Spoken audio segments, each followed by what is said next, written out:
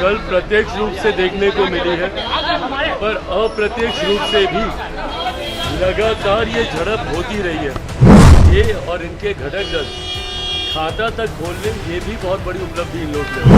जिस तरीके से बिना घटक के दलों से बात किए, चर्चा किए, सीटों का बंटवारा कर दिया गया। इस तरीके से कांग्रेस के बड़े नेताओं ने बिहार आना तक जरूरी नहीं समझा।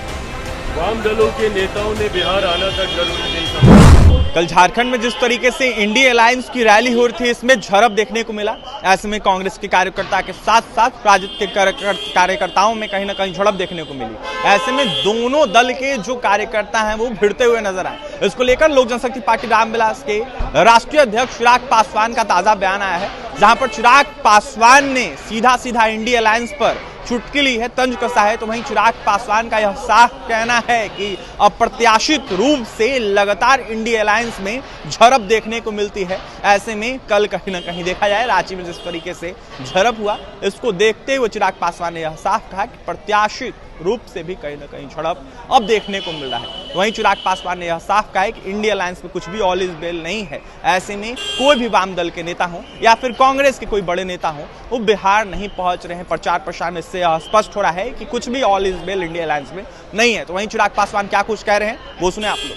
चिराग जी कल इंडी गठबंधन की रैली में पूरी झड़प हुई है। भाई ये झड़प तो कल प्रत्यक्ष रूप से देखने को मिली है, पर अप्रत्यक्ष रूप से भी लगातार ये झड़प होती रही है। ये झड़प का सबसे खूबसूरत उदाहरण पहले चरण का चुनाव रहा है। पहले चरण के चुनाव में जिस तरीके से बिना घटक के दलों से बात किए, चर्चा किए, सीटों का बंटवारा कर दिया गया, सिंबल्स को बांट दिया गया, ये अपने में दर्शाता है कि इस गठबंधन में कम से कम सब कुछ ठीक तो नहीं है।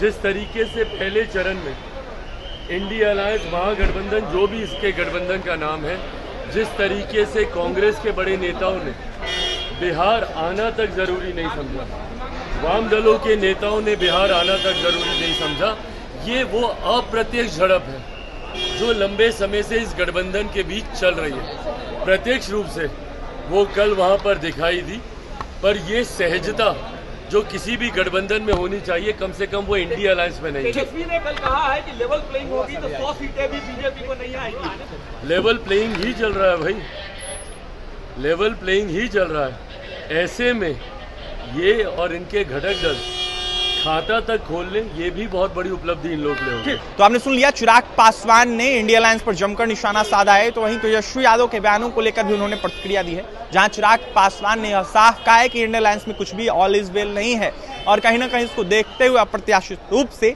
लगातार झड़प देखने को मिल रहा है। ऐसे में अब चिराग पासवान के बयान के बाद देखना होगा यह कि क्या कुछ प्रतिक्रिया इंडिया अलायंस के नेताओं के द्वारा दी जाती है। लेकिन जिस तरीके से कल झारखंड में झड़प हुआ, इसको लेकर कई सारे सियासी मायने सवाल उठने लगे हैं। और भी तमाम खबरों के लिए बने रहे हमारे साथ। पटना से सहयोगी गोलू के साथ अभिषेक की रिपोर्ट।